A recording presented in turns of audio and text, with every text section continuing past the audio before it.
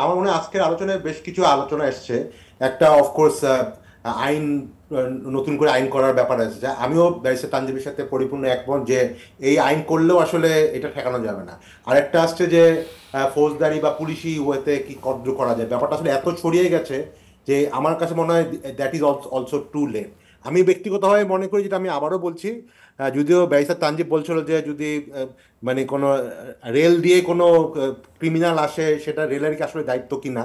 আমি হয়তো রেলকে দায়িত্ব মানে দায়িত্ব ওভাবে করব না, কিন্তু আলটিমেটলি রেলেরও একটা একটা দায়িত্ব আছে যে তার যারা এখানে এই ট্রানজাকশনগুলি হচ্ছে, ফাইন্যান্সিয়াল ট্রানজাকশনগুলি হচ্ছে, সেটা যাতে মানে ক্লিন ট্রানজাকশন থাকে। না না, এটা এটা তো উনি বলেছেন যে 10 টাকার এত পরিমাণ, এই পরিমাণ শুধু 10 টাকা আসতেছে কেন। তো এটা কিন্তু খুবই, হ্যাঁ, এই ট্রেন অ্যানালাইসিস করেই কিন্তু বাই করা যায়। মানে এখানে আন্তরিকতা কিন্তু, যেটা জুলফিকার আলী মানিক বলছেন যে আসলে কি আমরা এটা ধরার জন্য কতখানি আন্তরিক, সেটাও একটি বড় ব্যাপার।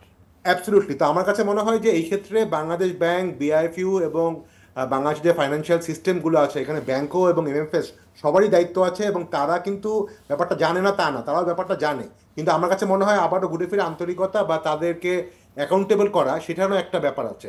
আর আমি আসলে শেষ করবো আরেকটা ব্যাপার, যে আমরা যত কিছুই বলি না কেন, দেখেন যে সকল জায়গায়, যে সকল কান্ট্রিতে জুয়া লিগালও আছে, ধরেন লিগালও আছে, সেই সকল কান্ট্রিতে তো এত লোক জুয়া খেলে না। সেই সকল কান্ট্রিতে তো পাড়ায় পাড়ায় না না, সেটা সুযোগ নাই ফাইমার শুট। না না না, সুযোগ না, না সুযোগ থাকলেও নাই, কেন নাই?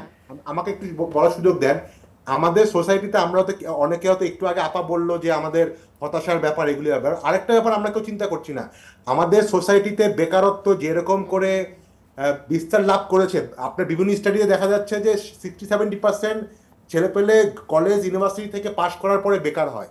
এই বেকাররা কিন্তু আসলে একটা পর্যায়ে দেখছে যে আমার, তার তো কোনো চাকরি নাই, তার কোনো কিছু করার নাই, জুয়াটা দে হ্যাভ টেকেন জুয়া অ্যাজ এ প্রফেশন।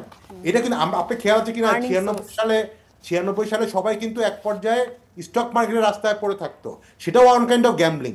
সেম ঘটনাটা কিন্তু হচ্ছে, তারাই কিন্তু ইভ্যালিতে গেছে, তারাই কিন্তু রিং আইডিতে গেছে, তারাই এখন অনলাইন ট্রেডিং আসছে।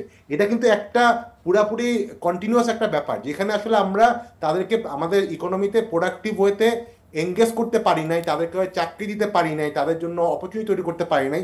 তারাই কিন্তু আসলে সবচেয়ে আগে এইটাকে একটা অল্টারনেটিভ ইনকাম সোর্স হিসাবে দেখতে পায়। শুধুমাত্র যে তারা এখানে এক ধরনের প্রশান্তি লাভের জন্য বা এক ধরনের অ্যাডিকশনের জন্য, তা না। এটা আমার কাছে মনে হয় ইম্পর্টেন্ট যে তাদেরকে আমরা রাইট ওয়েতে তাদেরকে ভালো করে চাকরির ব্যবস্থা আমরা করতে পারছি না, সেই ব্যাপারটাও কিন্তু চিন্তা করতে হবে সোসাইটির অন্যান্য সমস্যার সাথে সাথে।